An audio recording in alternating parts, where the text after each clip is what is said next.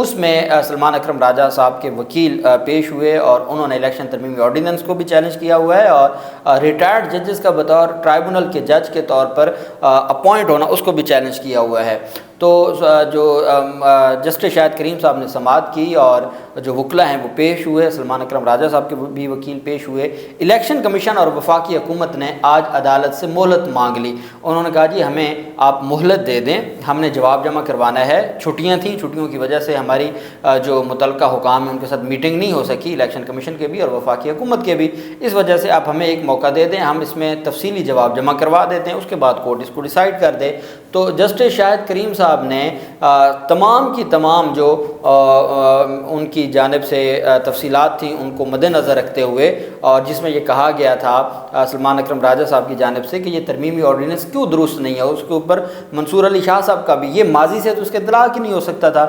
بہرحال ان ساری چیزوں کو کنسیڈر کرتے ہوئے آخری موقع دیا ہے الیکشن کمیشن کو اور وفاقی حکومت کو کہ آپ ترمیمی آرڈیننس سے متعلق اپنے تحریری جواب 26 جون تک جمع کروا دیں۔ میں 26 جون کو چونکہ جو پہلے درخواستوں پر نوٹس جاری کیا ہوا ہے مختلف، اس میں اظہر صدیق ایڈوکیٹ صاحب کی ایک درخواست تھی، آمنہ اس میں درخواست گزار تھیں، ایک دو اور درخواستیں تھیں جو عابد عزیز شیخ صاحب کے پاس تھیں، تو چونکہ 26 جون کا پہلے ان میں بھی نوٹس تھا تو اکٹھی ڈیسائیڈ کرنی تھی، تو عدالت نے کہا کہ 26 جون کو آپ آخری موقع ہے، آپ جواب جمع کروا دیں اور 26 جون کو ہم پھر فیصلہ کریں گے۔ تو اب 26 جون کو لاہور ہائی کورٹ اس معاملے کو ڈیسائیڈ کرنے جا رہی ہے، اور میں سمجھتا ہوں کہ 26 جون کو لاہور ہائی کورٹ ترمیمی آرڈیننس کی حد تک اگر کالعدم نہ کرے فی الحال تو اس کو معطل ضرور کر دے گی۔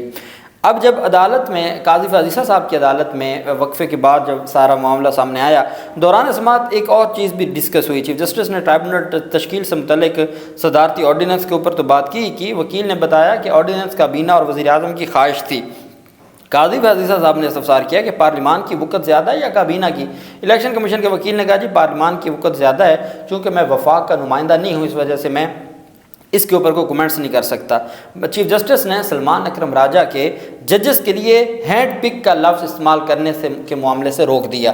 سلمان اکرم راجہ صاحب نے کہا جی کہ الیکشن کمیشن ہینڈ پک چاہتا ہے، وہ پک اینڈ چوز کرنا چاہتا ہے جی کہ یہ جج لاہور ہائی کورٹ کا سٹنگ جج ٹھیک ہے الیکشن ٹرائبونل کے لیے، یہ ٹھیک نہیں ہے۔ یہ جو ان کی جانب سے ہینڈ پک کا لفظ استعمال ہوا تو اس پر پھر قاضی فاضل صاحب نے روک دیا۔ انہوں نے کہا کہ آپ کو ہائی کورٹ کے کچھ ججز پر تحفظات ہیں، لاہور ہائی کورٹ کے حوالے سے ایسے ریمارکس ہم تسلیم نہیں کریں گے۔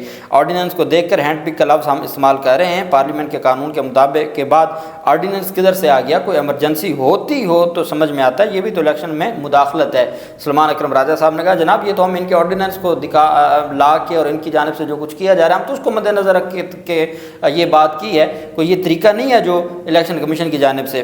چیف جسٹس نے استفسار کیا دوبارہ کہ کہیں آپ نے اس آرڈیننس کو چیلنج کیا ہوا ہے، تو ان کو بتایا گیا جناب والا لاہور ہائی کورٹ میں بھی یہ چیلنج ہے، سپریم کورٹ آف پاکستان میں بھی یہ اسلام آباد ہائی کورٹ میں بھی چیلنج ہے۔ تو سلمان اکرم راجہ نے کہا کہ آرڈیننس کو لاہور اسلام آباد ہائی کورٹس میں چیلنج کیا ہوا ہے۔ چیف جسٹس نے ریمارک دیا کہ مختلف ہائی کورٹس کیوں، آرڈیننس تو پورے ملک میں لگے گا۔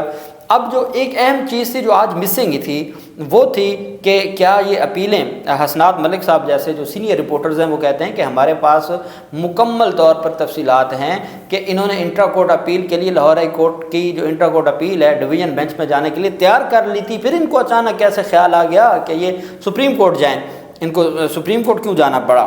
بہرحال اس کے اوپر درخواست کے قابل سماعت یا ناقابل سماعت ہونے پر چونکہ سلمان اکرم راجہ صاحب کے تو دلائل ہی نہ ہوئے، سپریم کورٹ نے الیکشن کمیشن کی الیکشن ٹرائبونلز کی تشکیل کا جو فیصلہ تھا اس کو معطل کرنے کی استدعا کی، جس کو سپریم کورٹ آف پاکستان نے مسترد کر دیا۔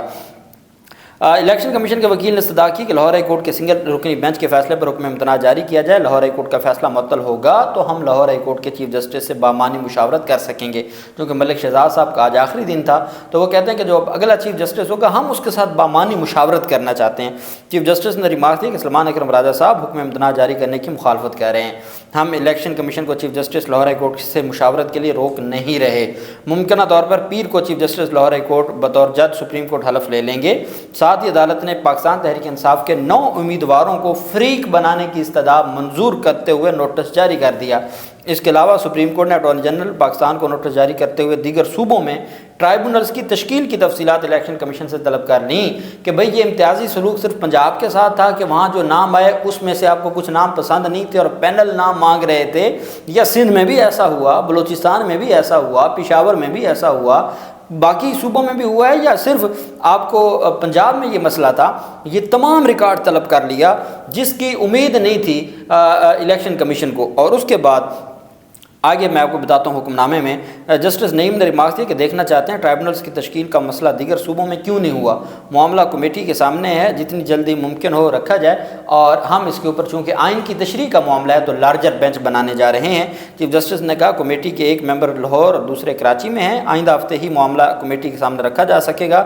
وکیل الیکشن کمیشن نے کہا کہ لاہور ہائی کورٹ نے تمام نامزد ججز کو ٹرائبونل کے لیے نوٹیفائی کر دیا ہے، لاہور ہائی کورٹ کے فیصلے کو معطل کیا جائے، انہوں نے کہا ہم معطل نہیں کریں گے۔ حکم نامہ کے مطابق الیکشن کمیشن نے 29 مئی کی لاہور ہائی کورٹ کی ججمنٹ پر اپیل دائر کی۔ الیکشن کمیشن نے استدعا کی کہ الیکشن ٹرائبونل کی تعیناتی کا ہائی کورٹ کا اختیار رکھتی ہے یا نہیں رکھتی۔ الیکشن کمیشن کے مطابق لاہور ہائی کورٹ نے فیصلہ الجہاد کیس ریاض اللہ کیس کی روشنی میں دیا۔ الیکشن کمیشن کے مطابق لاہور ہائی کورٹ کی تشریح قانون کے مطابق نہیں ہے۔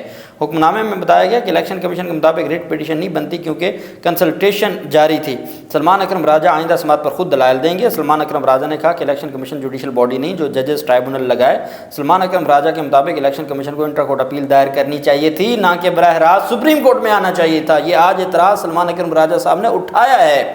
حکم نامے کے مطابق سلمان اکرم راجہ نے استدعا کی کہ 5 رکنی larger bench practice and procedure 2023 کے ذریعے قانون کی تشریح کرے۔ سپریم کورٹ کے سامنے معاملہ لیگل آئینی تشریح کا ہے، فریقین کو نوٹس جاری کرتے ہیں۔ الیکشن کمیشن کی اپیلیں پریکٹس اینڈ پروسیجر ایکٹ کے تحت کمیٹی کو بھجوائی جاتی ہیں۔ 3 رکنی کمیٹی جلد از جلد لارجر بینچ تشکیل دے۔ الیکشن کمیشن تمام ہائی کورٹس کا ٹرائبونل سے متعلق نوٹیفیکیشنز عدالت میں جمع کروائے، اور تمام جو نوٹیفیکیشنز ہیں اور خط و کتابت ہے جو الیکشن کمیشن کی سندھ ہائی کورٹ کے ساتھ ہوئی، الیکشن کمیشن کی بلوچستان ہائی کورٹ کے ساتھ، الیکشن کمیشن کی پشاور ہائی کورٹ کے ساتھ، اسلام آباد ہائی کورٹ کے ساتھ، اور پھر پنجاب کے ساتھ، انہوں نے کہا باقی بھی تو منگوائے نا، وہ بھی تو دیکھیں۔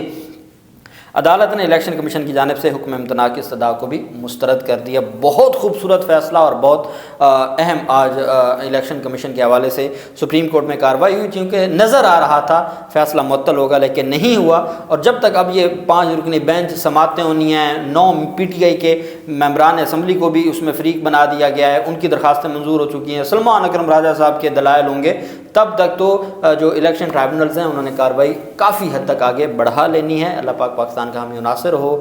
بہت شکریہ۔ اللہ حافظ۔ پاکستان زندہ باد۔